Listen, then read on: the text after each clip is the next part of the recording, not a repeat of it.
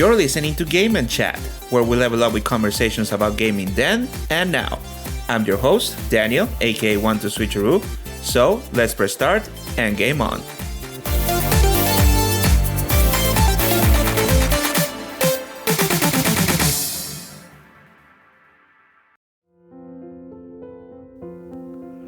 Welcome everyone to another episode of Game and Chat, streamed directly to your favorite podcast platform. Be sure to like, subscribe, follow, or all of the above to support the cause. And with that being said, welcome everybody to episode 4. We made it to the 4th episode of this podcast, and today it is a special one. Every episode is a special, as I say, but this is a very special game for me, and we're about to celebrate its 24th anniversary, if I'm not mistaken, because today we're going to talk about Majora's Mask and the impact and what such a little game that it was for time to time the black sheep of the Zelda series. Now it's becoming cherished and adored for many of us, including myself, who, as we got older and we experienced this game over and over again, and we understood even a little more what it's about, and up until this day we're still trying to figure it out what it's about, because there's so many theories out there of what could potentially be.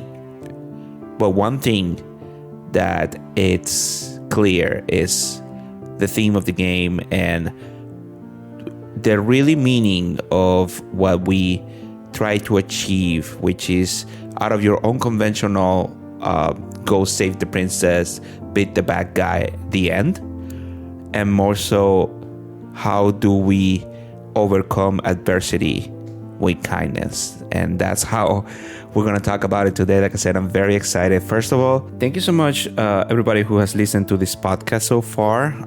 We are getting over 30 downloads as we speak, maybe a little more than that. But it's just been great to see that it's being shared, and the support of the few people that are listening from the first episode has been great. So I want to thank everybody who has kept supporting, and for the new followers, again, if you like it, you guys know what to do. And if you don't, I'll remind you at the end of the episode. So anyway, so today, like I said, this is one of my favorite games of all time, if not top 5, maybe top 3 in general, just because of what it's about and what really means in the context, not only of video games, but just life. I feel like Majora's Mask has been analyzed over and over again, because again, most of this like hidden meanings of the game we weren't aware of, because when we were kids, we were just as confused as what's going on, like how the heck do I get to the Skull Kid, and then spend the first 3 days on Clock Town trying to figure out how to advance, and then just the moon just crashed, and then we had to start over. But as you grow up and you replay this game over and over, you get the significance, the symbolisms behind all these little things that we do that other games might find insignificant, but on Majora's Mask is essential, not only to your quest, but to yourself, and realize how important it is to help everyone, and also to understand that not all acts of heroism consist in saving the world.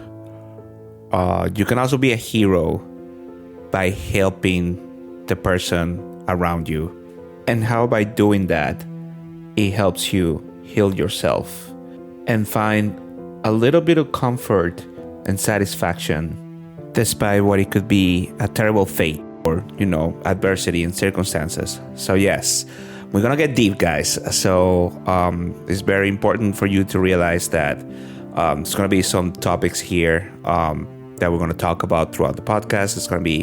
I'm gonna touch on grief, I'm gonna touch on death, we're gonna touch on the symbolism of actions and sequences that happen in the game, that on the greater landscape of mindfulness and well-being. So, of course, we totally understand that this cannot be a topic for everybody, so you're more than welcome to skip. Otherwise, of course, we're gonna land into spoiler territory. So if you haven't played the game and if you want to play it before listening to this, go play it. I mean, I already give you a little bit of the hints of what's going on, but it's better if you experience it yourself. However, if you just want to hang out and listen, then please join me. Again, sit back, relax, grab a cup of coffee as we discuss one of the greatest storytelling ever made in video games and just media in general. So without further ado, welcome to episode 4 of Game and Chat, Majora's Mask, Finding the Light Within the Darkness. And of course, we have to start by how this game came to be in the first place. Still incredible to think that this was just developed under 1 year. After the success of Ocarina of Time, of course, one of the best games, if not the most acclaimed game of all time, they just thought about how can we top this already. I mean, Nintendo seems to find themselves in a bit of conundrums of like releasing a masterpiece and just come up with the how can we make a masterpiece better? How can we separate ourselves? Because yes, I mean, we can just like call it a day and revive Ganondorf, put 8 more temples, and it was still going to perform very well. But they thought about how to make things different and how to shake things up with the sequel. Of course, we're talking about Nintendo already developing stuff for the GameCube that came here a couple of years after. So Majora's Mask came to be as more of a placeholder title while development was shifting towards the new generation.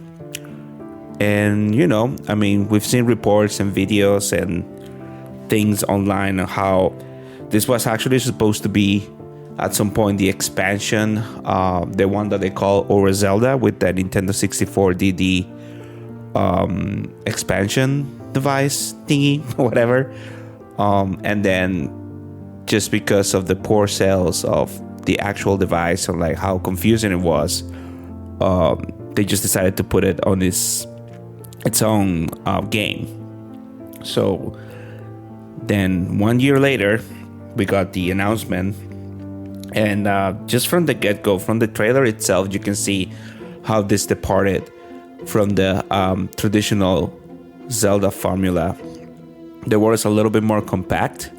You still get that sense of freedom. I mean, maybe not as expansive as Ocarina of Time was, but at the same time, you were intricate on how much to showcase Clock Town in the first place and the NPCs around you, which at the moment we didn't have any idea, and we were just, you know, complainers will complain that, oh my god, no, it's just Zelda 2, they're actually using the same characters, they're reusing assets, why even bother? And then we see the shot of Skull Kid on top of Clock Town, and then looking towards the moon, approaching down, and we realize a little bit of like, oh, so this is kind of like an end of the world kind of situation. Fun fact, the moon didn't have a face when the first trailer came out, and they ended up adding the face later in development. Something about the lines that I read is like whoever did Majora's Mask story and like character design tried to make a face of the moon looking like one of the bosses of Nintendo, but that ended up not being the case, and now it has that terrifying face that we scare of and love at the same time today. And it's just how, again, it's just incredible, because not only you had to come up with a whole new gameplay and how to like mix things up from Ocarina of Time, but also, again, the storytelling. Just the storytelling itself, it's the beast of this game. Like, I think it kind of like compensates the fact that it, like, yes, you're reusing assets, and yes, it looks like Ocarina of Time 2.0, or, you know, looks like the same game. They can get confusing in exchange of a deeper meaning, a deeper story, a deeper depth. Yeah, that sounds redundant, but just how everything around you like connects and makes the game so special and so memorable. It's I mean, I can't even get words out of my mouth sometimes how incredible that was crafted. And at the end of the day, like, nobody cares about the reuse assets. Nobody cares about if it's the same Link or the same very similar mechanics and all that, because the game story is what really blew things out of the water. So this is how everything started, right?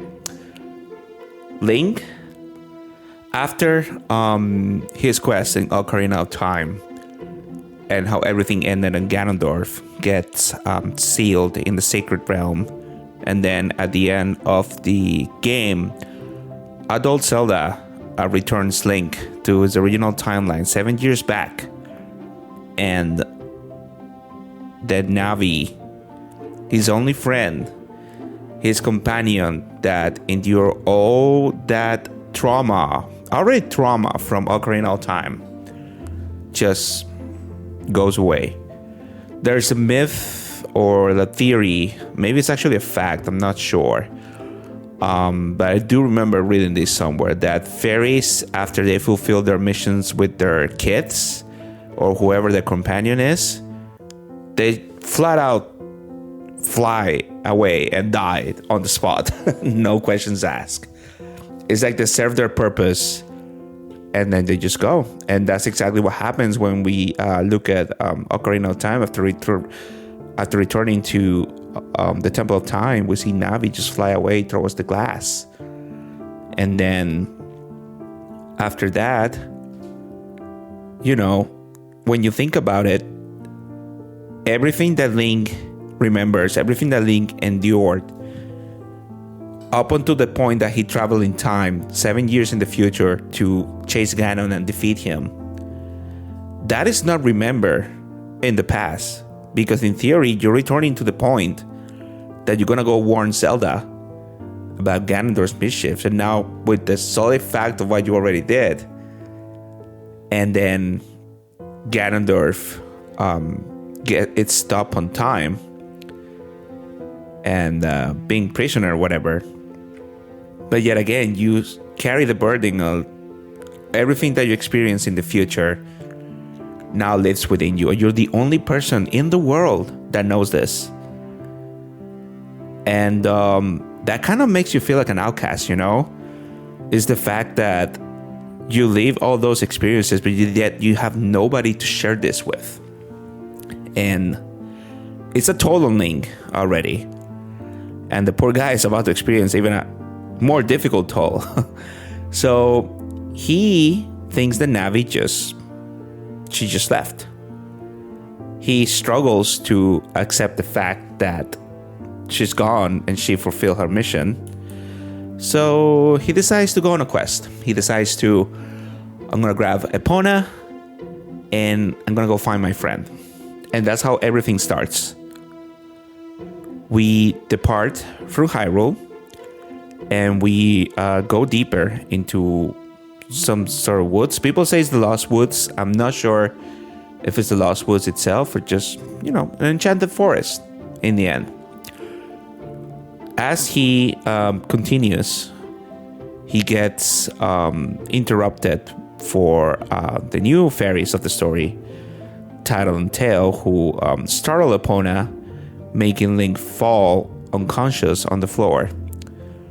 And then we get our first glimpse of the only character in-game that connects both Ocarina of Time and Majora's Mask and ends up being, quote-unquote, the antagonist of the game. Keep those quote-unquotes in mind for later on, people. We see the Skull Kid, and the Skull Kid is wearing Majora's Mask. Obviously, Majora's Mask is doing its deed with Skull Kid being its host, and go through Link's belongings and finds the Ocarina of Time.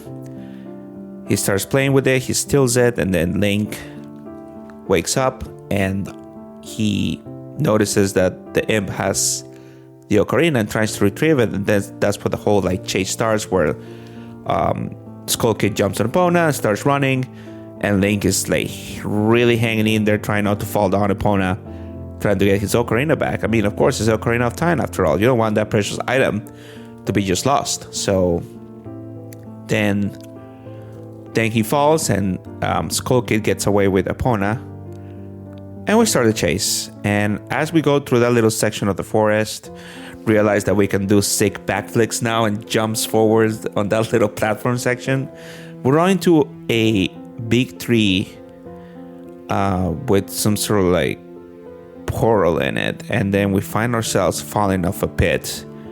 And this is the moment that we are traveling to Skull Kid's world. That world that, out of his wishes and his desires, he created a parallel world to Hyrule. Whether if it's real or fiction, we're not on Hyrule anymore, and that's how we then end ourselves in a room, and then the Skull Kid proceeds to curse us with Majora's Mask magic and turns us into the Deku Scrub, which is our first transformation on the game. And as he walks away, then Taro gets left behind, and then she has no choice but to partner with Link in order to chase the Skull Kid and reunite her with her brother. And then after a couple of sequences, we find ourselves in a twisted room very similar to that twisted room on the Forest Temple of Ocarina of Time. And from the moment we get that sound effect, kind of sorry, we find ourselves inside the clock tower, and then the door shut, and that's our first glimpse of we just got into a new world, and there's no turning back, or at least until we solve the conflict that matter. And then in the end, we find the Happy Mask Salesman as we remember him from Ocarina of Time, which didn't have much of a role at all, other than rolling the Happy Mask shop there. And then we hear the words that transcended all those years in Zelda history and gaming history with that creepy laugh. He greeted us by saying, "You have met with a terrible fate, didn't you?" Although at first sound very literally. I mean, yes, we just got turned into a creature, It now means so much that to the point that you being turned into a Skull Kid is the least of your problems, my friend. And the fact that all the mystery surrounding the Happy Mask Salesman, how he got there in the first place, and how he somehow stays in the clock tower and he's aware of what's going on, again, it's a lot of rabbit holes this game provides, and it's amazing. Sometimes it's even better just to leave it as it is, because the speculation is just so much fun. But anyway, after a brief conversation with the Happy Mask Salesman, he tells us that he can return us to a former self if we bring back our ocarina and we bring back the Majora's Mask that was stolen from him from the Skull Kid from the very beginning, right before he encountered us. As we make him a promise that we will do so, and as we walk out of the clock tower, we are greeted by the screen of the dawn of the first day, and that 72 hours are remaining. 72 hours of what? We were questioning. And then we look around the town. People seems like they are going by their normal lives as we go. And then we look up and we got the first glimpse of the moon slowly crippling towards us, just advising us that it's 72 hours before the freaking world ends, my friends. So whatever business you have, you better do it now. And then we have all the warnings that we need to get the skull key before the day ends, and that's how the whole story unfolds. And not only inside of Clocktown, eventually once you get out of Termina field, like the music, even if it's like the theme, like Zelda overworld theme, there's some sort of like ominous sound to it, just constant reminding you that even with the pacing and the tempo, just a constant reminder like, hey, you gotta hurry, time is clearing out. And this is the theme that remains throughout the game, throughout the whole soundtracks, which we're gonna touch base on a separate section later on. But just how you see Clocktown, at least the people in the first day, going on by their lives, kind of some sort of like denial of what's going on, or like maybe thinking that, oh, it's just an issue that will get fixed somehow. And then you'll notice later on that it's not. And again, we'll keep on touch on that. But it's just set up the landscape of what the game is going to be. We're going to be racing against time, and we have to do whatever it takes, not only to do the favor to the Happy Mask Salesman and to heal ourselves from our cursed, but also how can we help all these people that are not involved at the slightest on the conflict. And this is the first conundrum that we face as we progress through the game throughout the first couple of hours, because the game doesn't tell you what to do. You have to go and gather information. And again, this is why Majora's Mask learning tutorial, when you look back, it might sound tedious, because you're gonna find yourself like, I don't know what I'm doing, I don't have an objective, all I need to do is like I need to go find this guy somewhere, and I have no idea where it is. The only way for you to get glimpses of what to do is talking to the townspeople. And that's exactly what you do. You talk to everybody in town to gather information. And this is where it clicks. This is not a game about saving the world. This is about a game of saving the people. Saving the people around you and get the comfort and satisfaction and the rewards of it.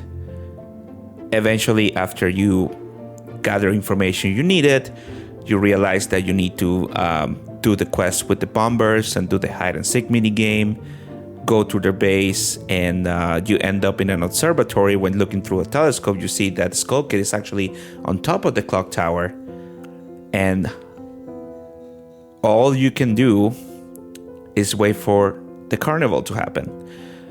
So Majora's Mask setting on Clocktown is like there are 72 hours for the carnival of the giants, which are the deities of the world of Termina.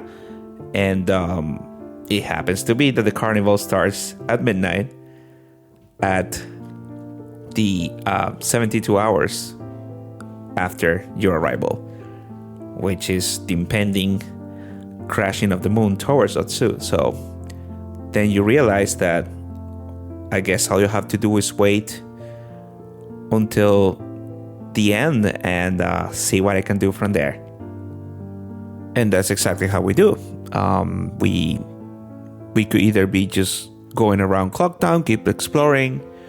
We could dance the time off with the scarecrow at the observatory to speed up time so we can get to the third day. We can also do the same with Granny's at the Stockpot Inn. And she will just tell us the story of the carnival and the four giants, which I highly recommend doing that so you get a context of what the game is about. By doing so, you'll pass the time as much as needed.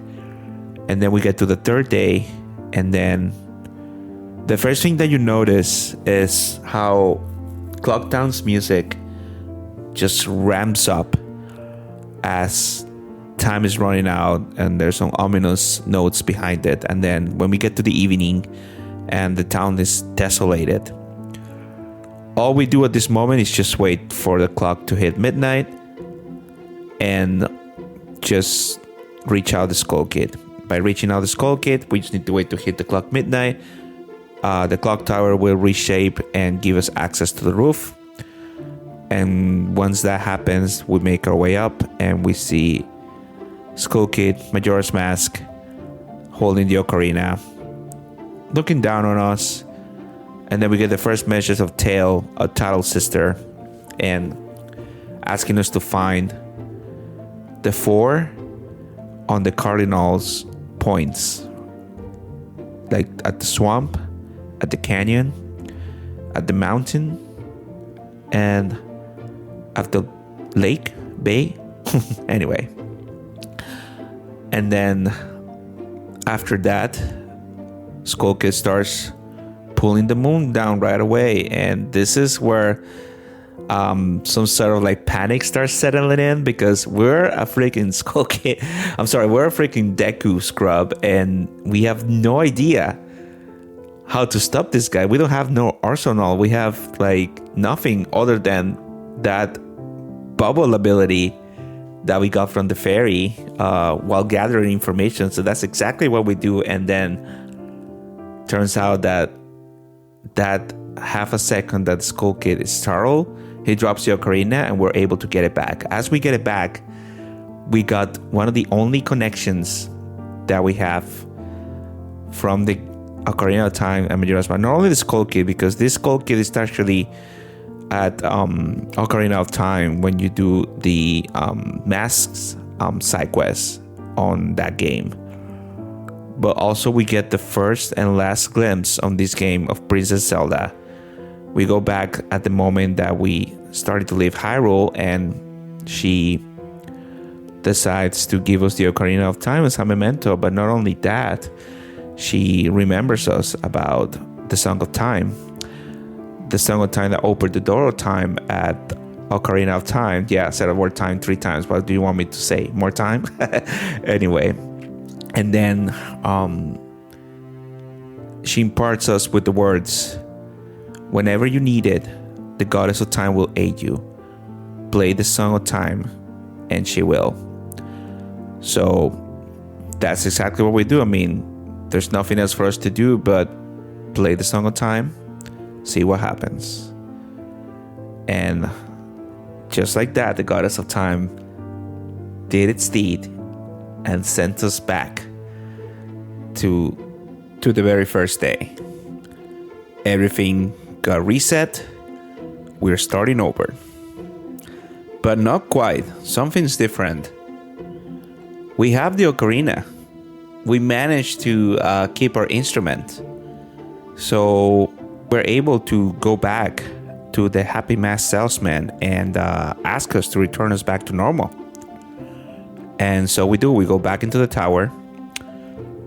And here's the oddity of things. We are starting over, right? And yet again, the Happy Mask salesman just seems like he's some sort of like being not affected by time, because for him it's like we just left, but remembers the favor he asked us, remembers our face and the purpose and the mission that he commended us. So we go back to him and we tell him that yes, I was able to retrieve the ocarina back, so please turn me back to normal. And by doing so, he teaches my favorite song in the entire game, and one of my favorite soundtracks in general in gaming, because of what it means. And that is the Song of Healing. I don't know if you guys noticed already, but playing in the background of this podcast, we actually created our interpretation of the Song of Healing. Again, shout out to Sounds by Sebas for creating this amazing soundtrack. You gotta avoid the copyrights. But anyway, the Song of Healing, it's very intricate to describe. And every time we play it in the game, regardless of the case, it always comes back to one message. It's the message of, yes, there's pain, there's sorrow, there's grief in our hearts. But in the end of the day, it's two sides of the same coin. There can be sorrow, pain, anger, fear, whatever you want to call it, that doesn't lead into happiness, to comfort, to relief in the end of the day. And the way the song is composed, that it starts on a very somber tone and then it kind of uplifts you a little bit on the second half. That's what the Song of Healing is about. And that's how you can just summarize the entire game on those notes. By playing the Song of Healing, according to the Happy Mask Salesman, it heals troubled spirits and souls, turning them into masks. So then Link's comes back to normal, but the mask is left behind. And the mask is basically our physical representation of that troubled soul or hurtful spirit that was just healed by the song. And the Happy Mask Salesman even tell us to keep it as a memento of and being able to turn back into that form and use their abilities to our quest, which jumps into the game mechanics of the game that we're gonna touch in a little bit. Also, I keep postponing things, but it's hard to go ahead of himself on this topic. But anyway, basically it sets off our quest. But wait, we forgot something. We bring our instrument, but we didn't bring the mask. And when it's time to pay our promise to the Happy Mask Salesman, we're unable to do so. And then he gives one of the creepiest angry faces in gaming, and then it explains us that we are in need to retrieve that mask as soon as possible. Majora's Mask is an instrument that was used for an ancient tribe for hexes, and his evil power was so great that it was sealed in the shadows, never to be used again, until by some sort of means that he explains very vaguely on how did he obtain it. And then he tells us how he got ambushed by the Skull Kid and he fell victim of the mask's power, and basically created and made its ideal world using the mask's power, which is the world of Termina that we know. So as a begging request now, we are now in need to stop the evil of Majora's Mask and bring peace to the land of Termina. But what does this really mean? This is a world that seems like it's destined to fall, right? The moon is gonna crash. Every time we play the Song of Time, we're just delaying the inevitable. So how can we possibly save a dying world? How can we find that light within the darkness? We're not here to save the world, the landscape, the mass of physical terrain that is Termina. We're here to heal the people of Termina. And that's how we save this particular world. we're going to dwell now into what is one of the best aspects of the game and how it inspired other titles in the future that came after. And yet until this day, I still can't think of a single genre that the NPCs, non-playable characters, matter the most than on this game. And this is a story of the people of Termina. And again, we're going to look back at Ocarina of Time, for example, because at the end of the day, all these characters from Majora's Mask are reused assets from Ocarina of Time. But given the context that this is like a parallel world made of school kids' memories and Link's memories for that matter, so all these characters have a different role in Majora's Mask. And the way how they implemented this was just incredible, and how make them matter. Once again, I have to emphasize of like how the world feels so alive in this game, in this 64-bit game. How they really nailed the schedules of the people. Everybody had a purpose. Everybody had an objective. Everybody had a meaning. Everybody had a need. And Link was the only person to aid them in their time of need. Some of this, we have great examples for, if we look at the 4 regions, for example, Woodfall, we got the Deku King, which is incriminating this poor monkey that all was trying to do is help him find the princess that went missing in the Woodfall Temple. But then this king was just trying to make an excuse just to appease the people. And he was just angry for no reason, with no basis. And then we help this monkey. We go to the temple, we beat the Dolwa, we rescue the princess, and we clear the monkey's name. And we heal the swamp in the process. We go to Snowhead, and then the Gorons, which they're going through an unforgivable winter.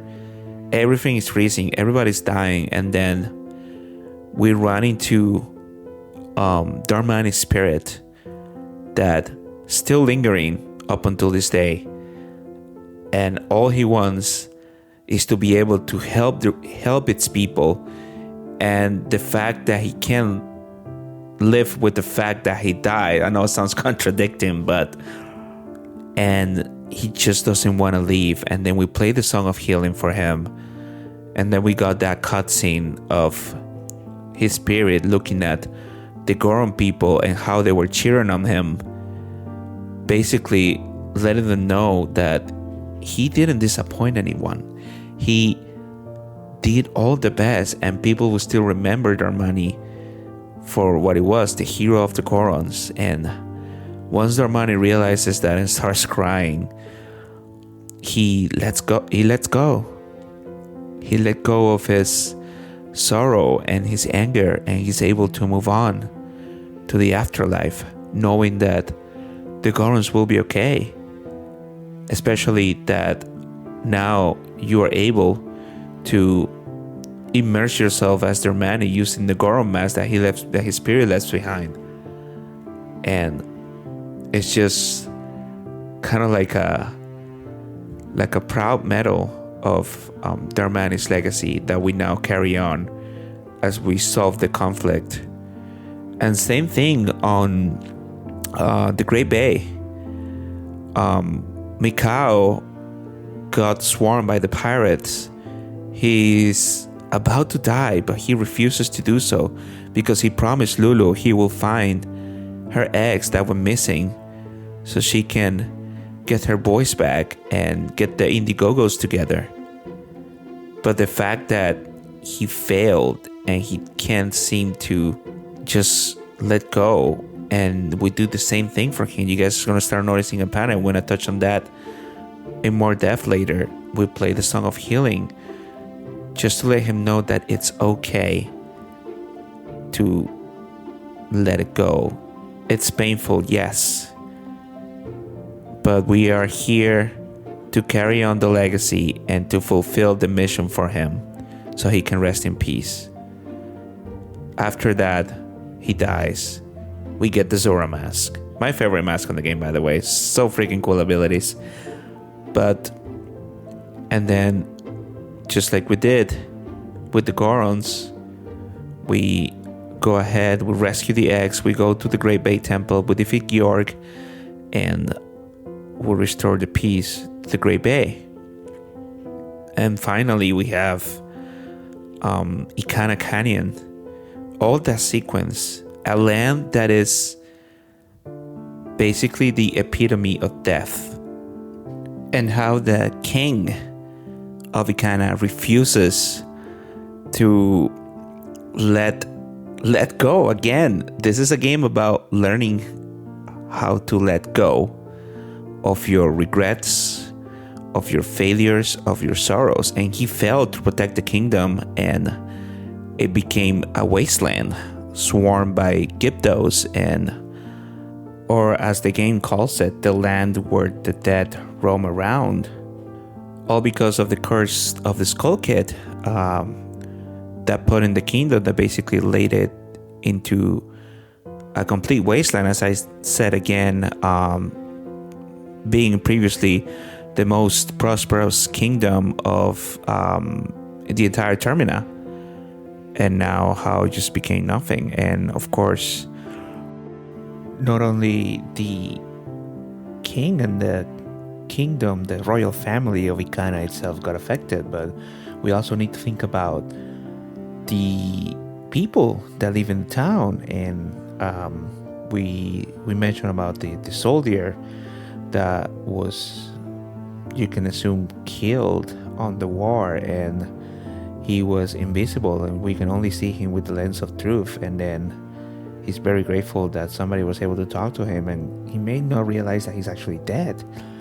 And upon reward of finally notice him, we get the stone mask. And then we also have the of course, another beloved side quest of the game, which is Pamela and her dad, a scientist that lived on Ikana. Because of the curse that Skull Kid did, he got turned into a Gypto, half a man, half a Gypto per se.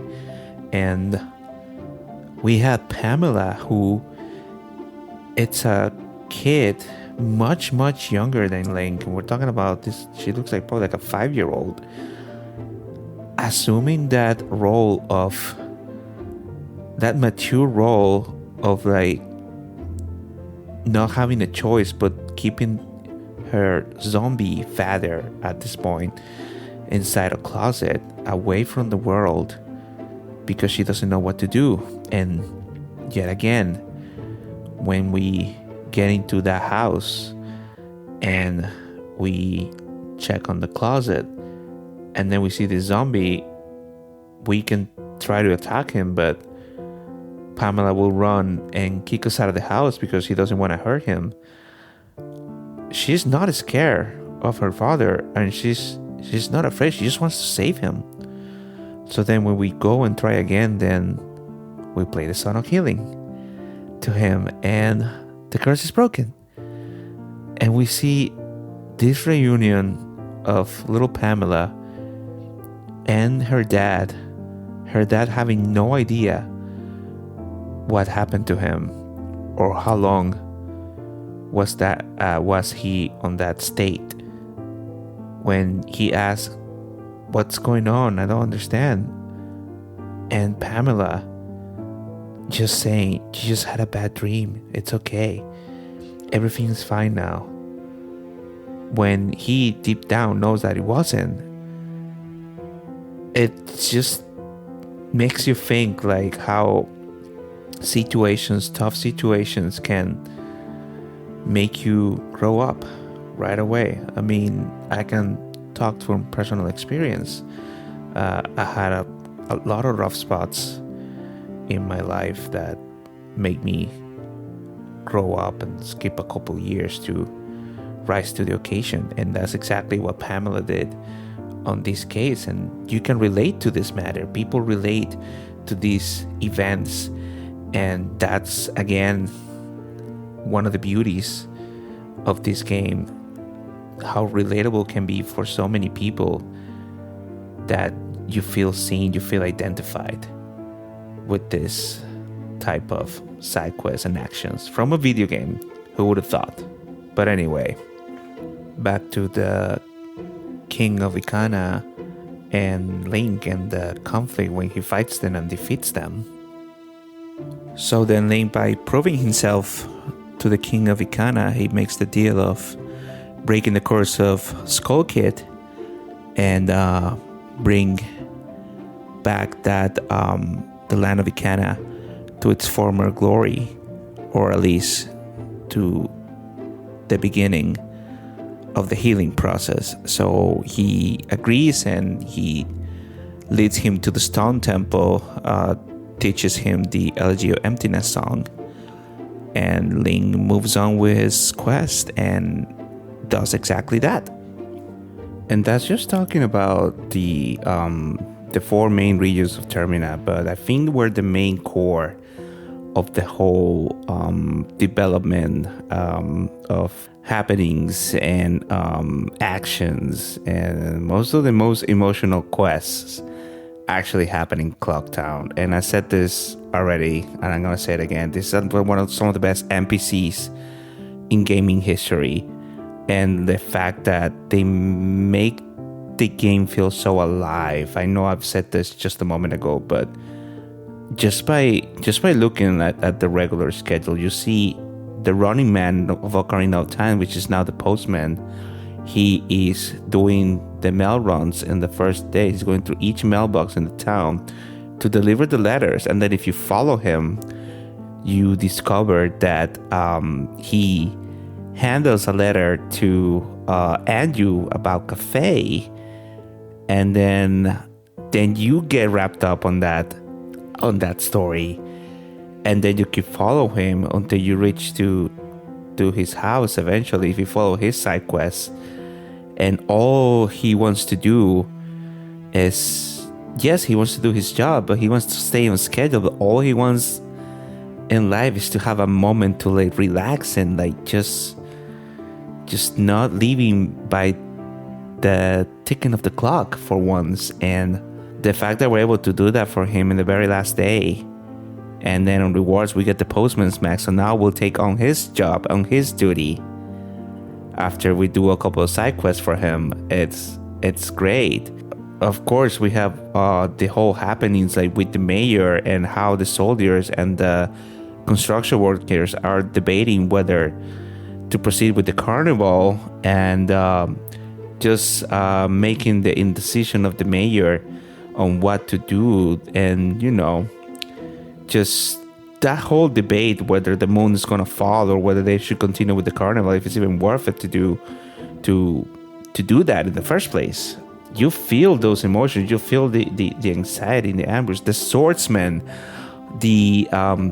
samurai guy that you do the slashing mini games, you see him so confident, and how in the first day or second day he comes up with this confidence to teach you the techniques of the sword, and he tells you that it's capable to cut the moon in half, and he's gonna do it. And then as you approach him in the third day, on the final hours, you don't see him on his shop, but then you realize there's a hidden door, and as you go to the hidden door, you see him just on that corner facing back, shaking, and say, I don't want to do this, I don't want to die.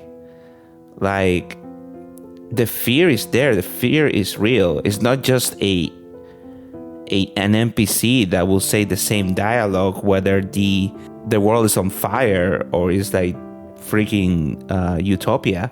These are amazing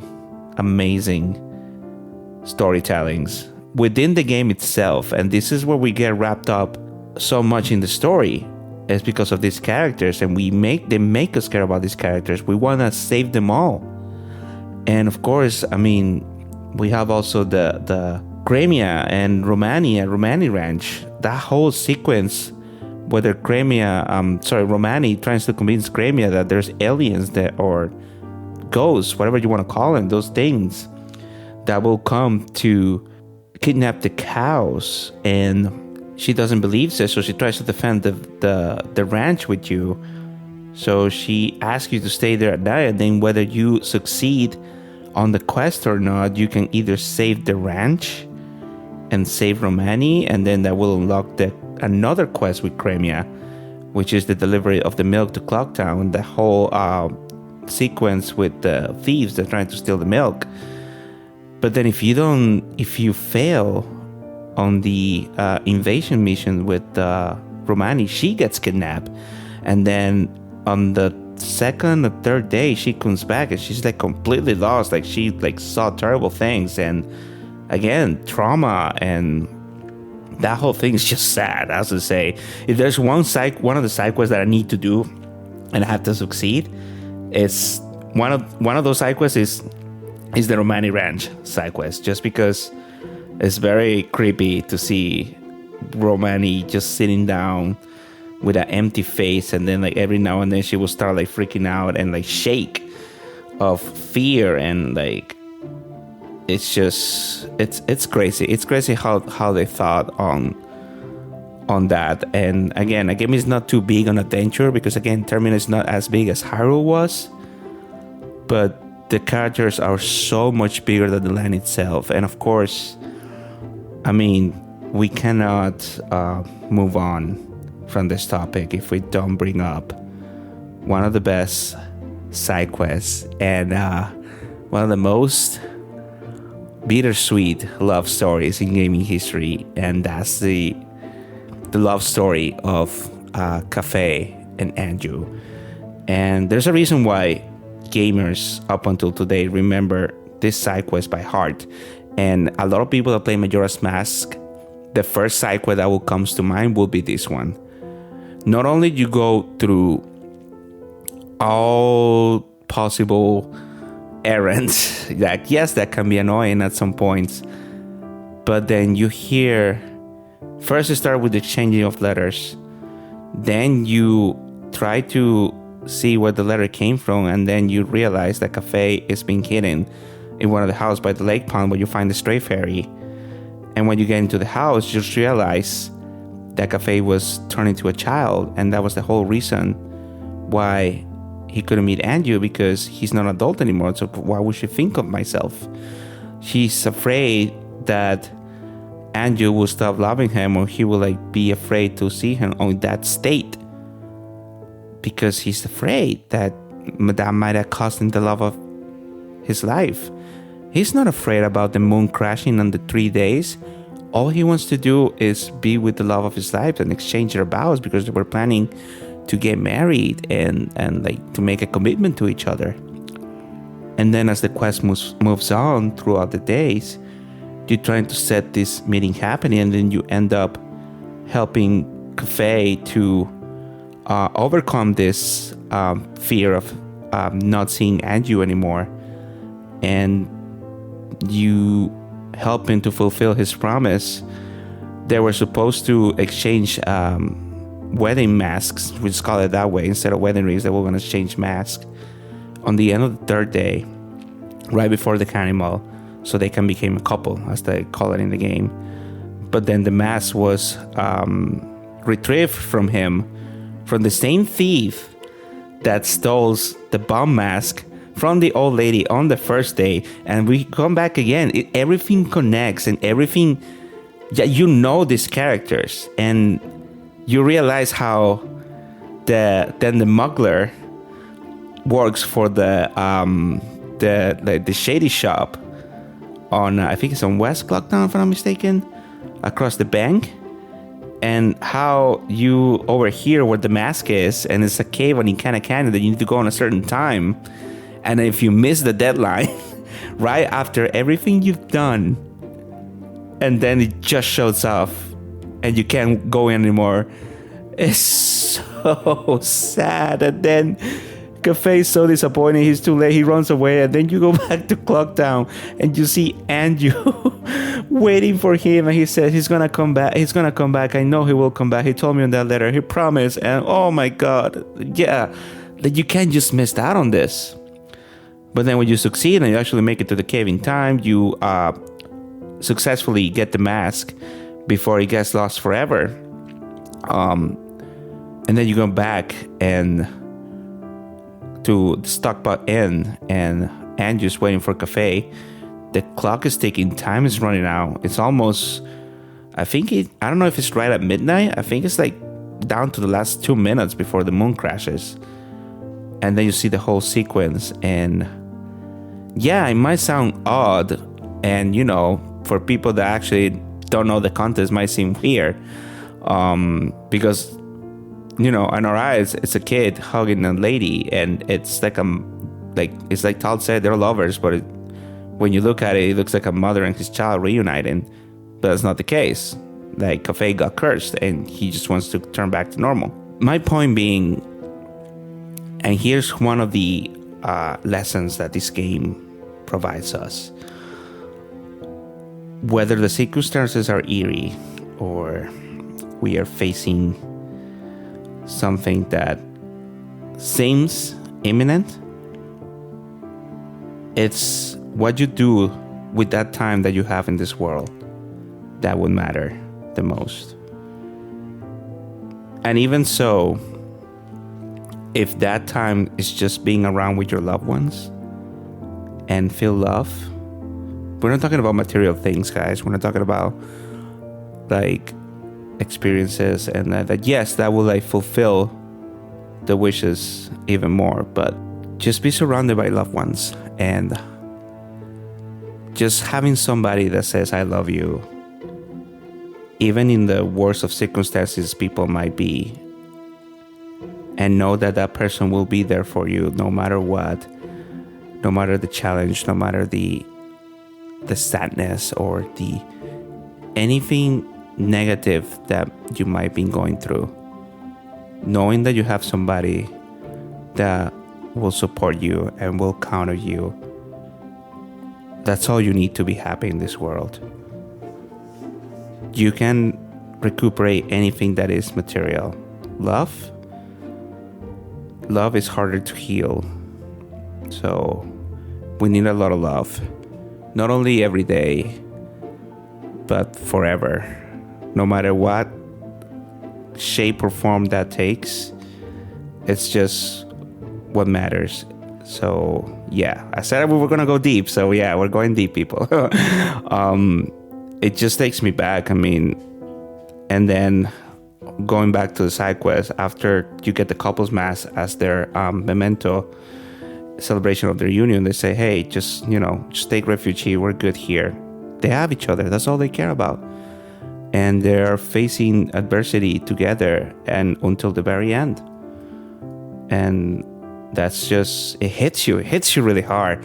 I remember playing these side quests when I was a kid, and I was a little like weirded out about it. And then I played it when I was older, and I kind of like teared up a little bit once I realized what was about. And as I do all the side quests with all these characters, the dancing ladies that wanted to learn the dance from their master, but the master passed away, so you take over his mask and you teach the dance, and they're so grateful and they feel so happy and realize that's all that matters. So the whole point of this game, like I said, we're not saving the landmass of Termina. We are healing people.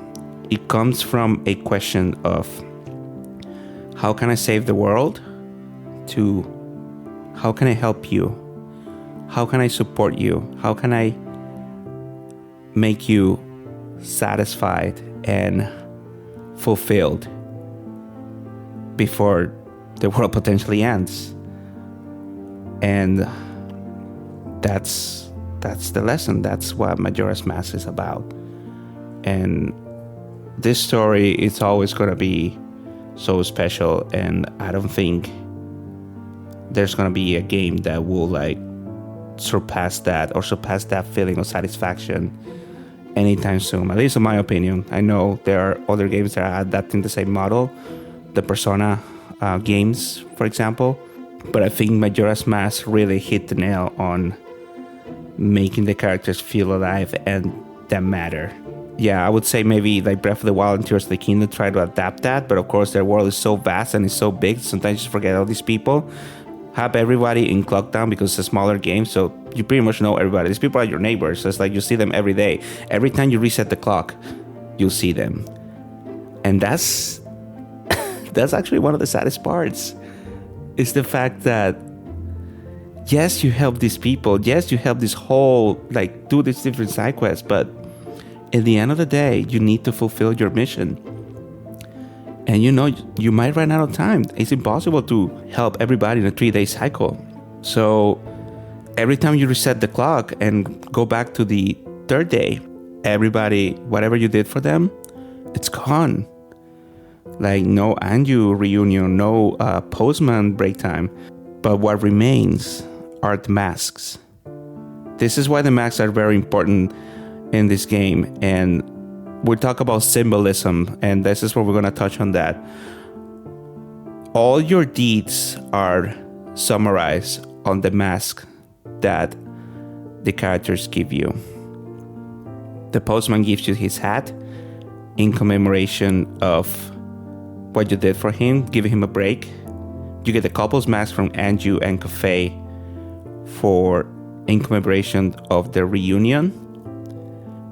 You get the milk bar mask from Gremia for helping her fending off from the thieves on their way on the milk delivery to Termina, to Clocktown.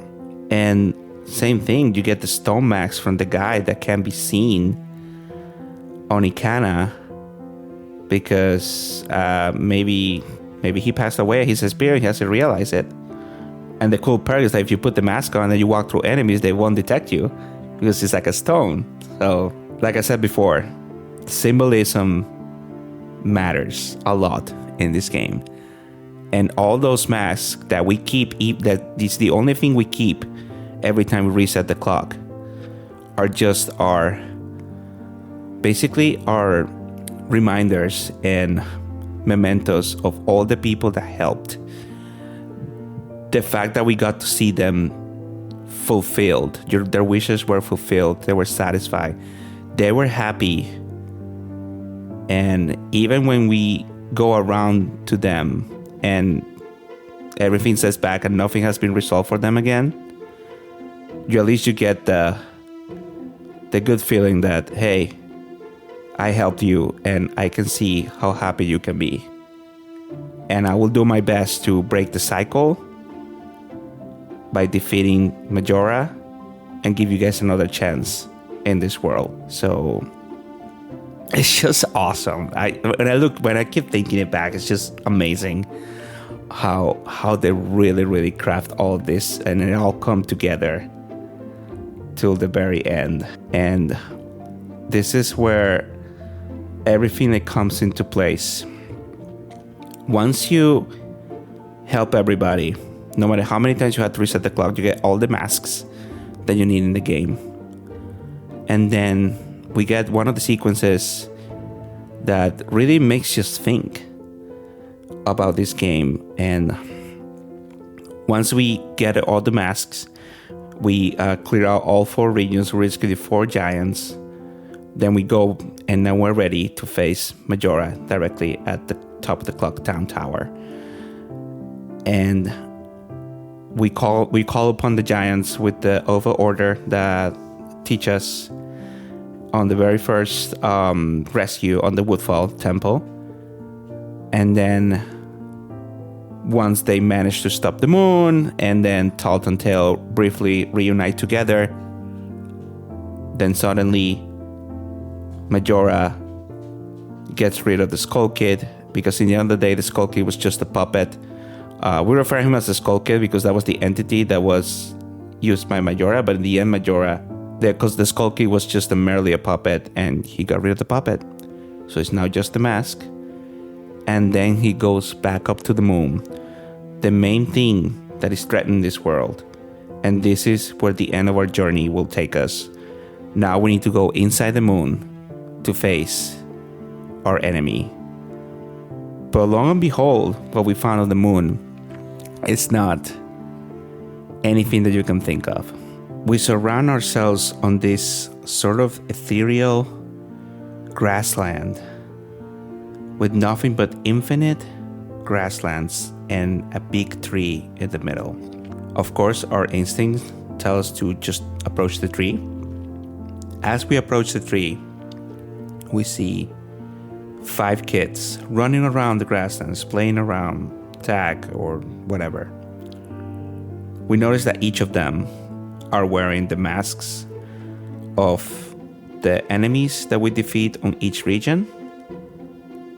And right in the middle, we see Majora, just a shy little kid in high school that we all identify with, sitting down by themselves, looking down, arms crossed. We could talk to the other kids. We can go straight to Majora. I'm gonna address all the 4 kids because, like I said, this is where the game and the symbolism takes to another level. And again, this is only if you collected all the masks in the first place. So bear with me this for a second. As we talk to the kids, they challenge us to a little game. They want to play with us. You know, they're kids. This games are challenges based on each region, on each mask power that you beat the region with. So we need to emphasize on the Deku mask, on the Goro mask, or the Sora mask. And then the 4th one, which is with the Azio Emptiness, the song to create the statues. As we beat each challenge, all the childs ask us questions that we can relate to. And I'm gonna read this for you directly because it makes you think. So, Odawa's child, which is the one of Woodfall, after you complete the challenge, of course you are giving them all the masks. They're asking for the masks, so you're gonna end up without masks, but it's gonna be for a reason. Odawa's child says, "Your friends, what kind of people are they? I wonder, do those people think of you as a friend?" Then we have Goth's child from Snowhead. He says, "You, what makes you happy? I wonder, what makes you happy? Does it make others happy too?" Then we move on to Georg's child. He says, "The right thing, what is it? I wonder, if you do the right thing, does it really make everyone happy?" And finally, we have Twin Molds. He says, "Your true face, what kind of face is it? I wonder, the face under the mask, is that your true face?" At first you read these questions and you're like, wait a minute. Like, this is getting a little too deep and makes you question a lot of things about your personal life. But if we go by context of the game, I mean, these are just sort of representations of Majora's or Skull Kid's personality. Basically, I mean, if we took Odogo's quote about what kind of people are your friends and if your friends consider you as a friend too, basically it's just what Skull Kid is struggling with during the game. He is the one who's dominantly having issues with friendships and loneliness throughout the game because he will like pull pranks to people and, you know, people might get sick of it. And Link can sort of relate to this, not on the same of like pranking, but I mean, Link is a war hero and he's been alone basically since the end of Ocarina of Time because everybody pretty much doesn't remember it's this except for Zelda. So it's more of a whether or not no one is quote unquote friends, it's just what causes the school kid to lash out, and especially it's easier for Majora to take over him when he finds it.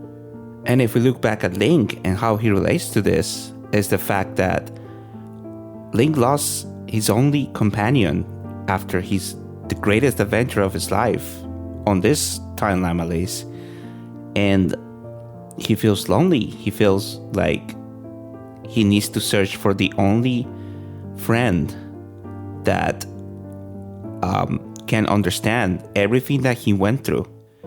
But then we think about it. Does Navi thinks of him as a friend too? We mentioned before that fairies only exist for the solely reason of fulfill their objective. Navi was sent by the Deku Tree to aid Link on his destiny to become the hero of time. Once that's done and the evil is destroyed or sealed on this case, Navi just went away. She did not look back. But Link seems to struggle to move on from that. Now with God's quote about what makes you happy and if it makes other people happy too, I mean, it could mean different things. If you go by context, of course, one thing that you notice as you get into the moon is that all the kids are actually a child version of the Happy Mask Salesman. And, according to the Happy Mask Salesman, all the masks are representations of people's happiness, and his whole mission is to spread happiness by his masks. So, as you do all these side quests and get people's masks, you give them a sense of like happiness and fulfillment. And it could be what makes us happy. It could be that it's not. We are learning through this journey to be selfless, starting off as a journey of finding our friend, kind of like a selfish objective. We go into this world and we start learning about these people, and we start letting go of our main objective so we can provide people with this happiness. But is that bringing us happiness? That's the question that we need to ask ourselves, or that Link needs to ask ourselves. But then we get to Gjord's quote about doing the right thing. What is it? And if doing the right thing will make everyone happy, we can keep going. These are all very relatable questions to not only the game itself, but Link's journey overall. And we mentioned about how he started by looking for Navi, and then he gets wrapped up in this whole journey and world of Termina when he finds himself helping all these people because it's the right thing to do. And it's something that Link, due to his experience, knows that he has to do because he's right. As his title of hero, he learns to let go of this seemingly like selfish objective for a much higher calling. And it's basically his whole character development arc on the entirety of the game, and a lesson on life too. Friends, they can stay, and we have a lot of friends that just go and they don't come back. And this is where we learn that we're able to move on despite these people not being present in our lives anymore. Everybody has a stage in our lives and a mission.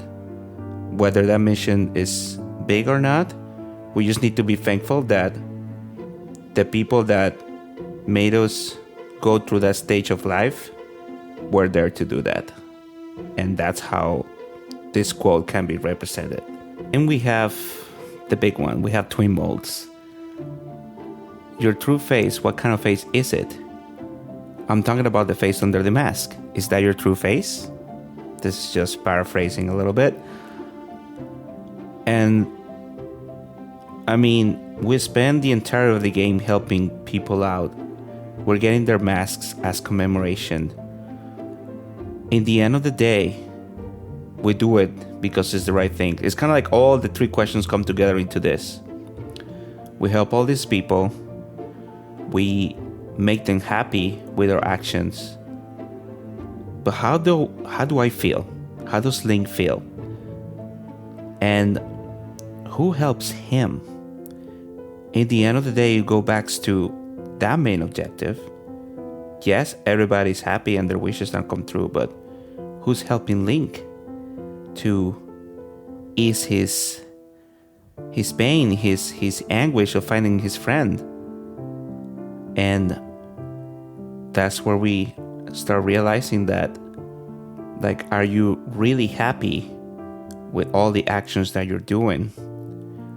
Or are you just fulfilling your duty as a hero and just putting a happy face for the sake of it when you are actually suffering inside? It's like that, guys. I mean, this could mean nothing. It's just interpretations of, and it makes you think. Like I said, everybody can get different conclusions about the Moon Children in general.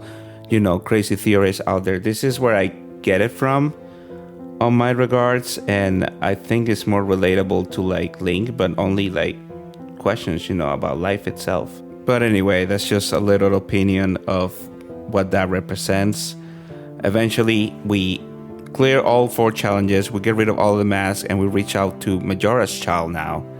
And all he asks us is to play a game, as he realizes that everybody's gone and we have no mask to play. We get the gift of the Fierce Deity mask. This is one of the most enigmatic characters, if not the most enigmatic character in the entire series. What it is, why is he so powerful? The fact that the quote when you receive the mask says, could this mask power could be as evil as Majora, something like that. And the fact that Majora's child follows up saying that now we're gonna play the good guys and the bad guys. You are the bad guy, and as a bad guy you have to run. Is that okay? And then we just jump into the battle, and then we put on the mask, and we are this like 7 feet tall adult Link like demigod with white eyes and silver outfit, and we just sweep through the whole final boss sequence like it's nothing. And just real quick, can we talk about Majora's final fight? Actually, it's really, really cool how you start with just the mask, and then the 4 masks of the 4 regions like try to attack you, and then everything goes like kind of crazy. It kind of matches the whole game. It goes all crazy with Majora's incarnation, and then you see this guy running all over the place, dancing and like shooting beans, the small orbs of light fast at you that you don't know what to do at first.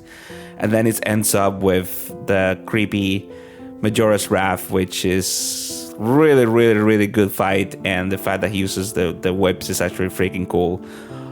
Great design. Love every single bit of it. But in the end, we did it. We defeated the evil of the mask. The moon disappears, and we are ready to see the dawn of a new day. And we made it. We saved the world.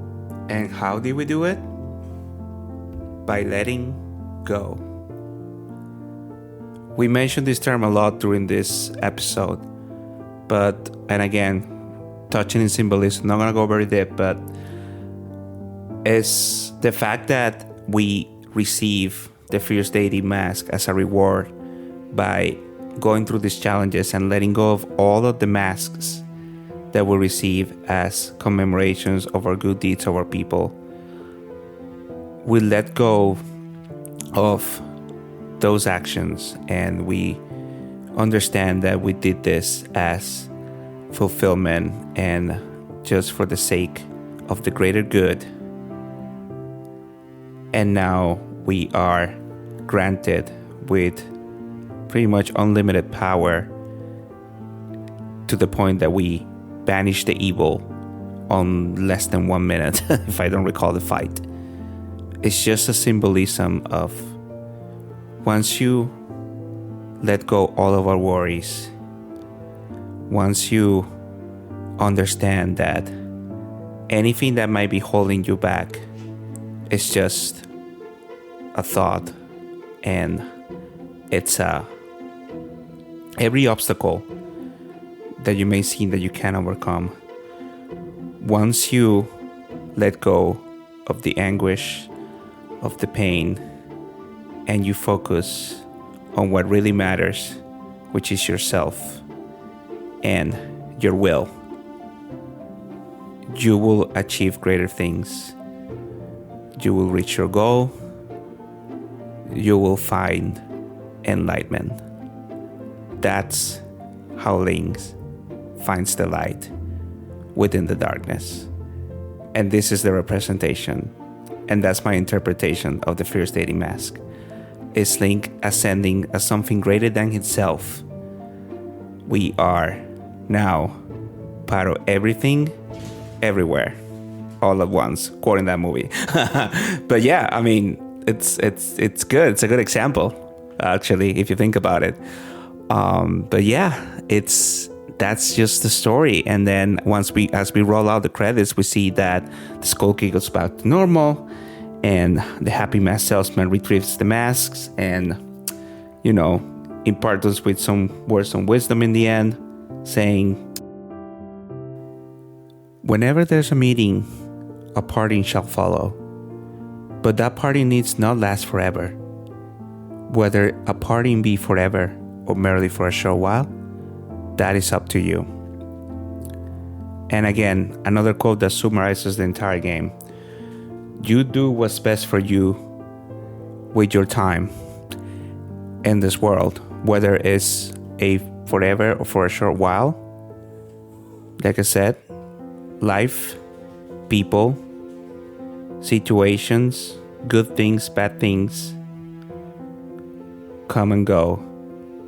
But it's up to you to make your best, to fulfill your wishes, and do what's best during your time in this world, without forgetting all those that love you and support you.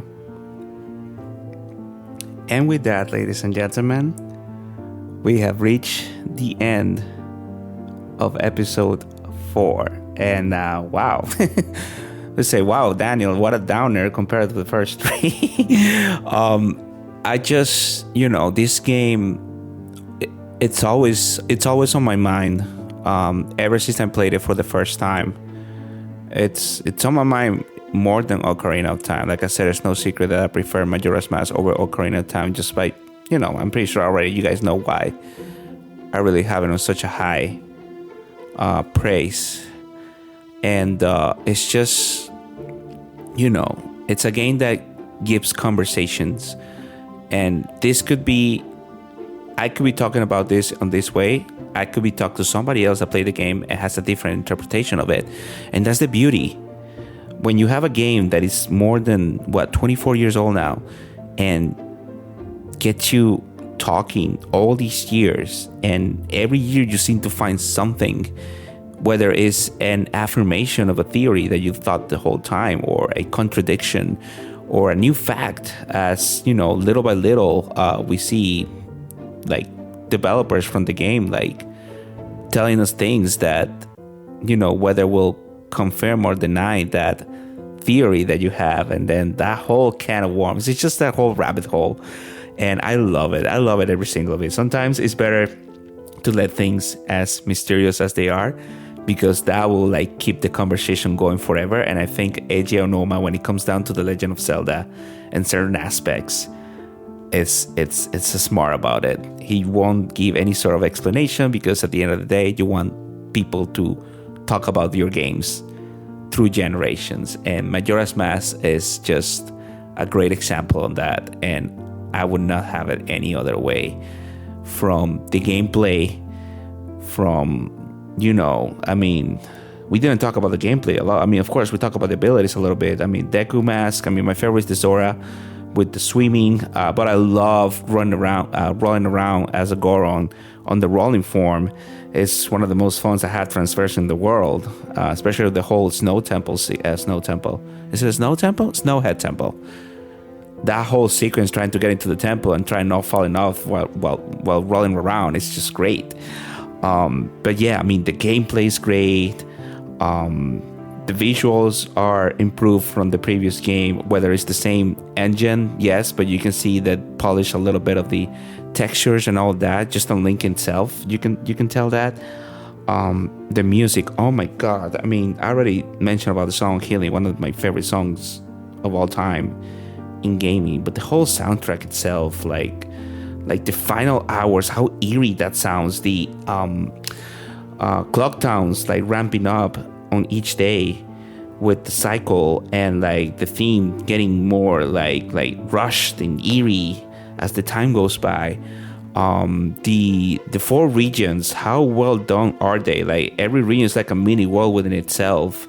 Kind of looks like some sort of like a if I look back very recently, like Scarlet and Violet with that terrarium of the Blueberry Academy, feels kind of like that.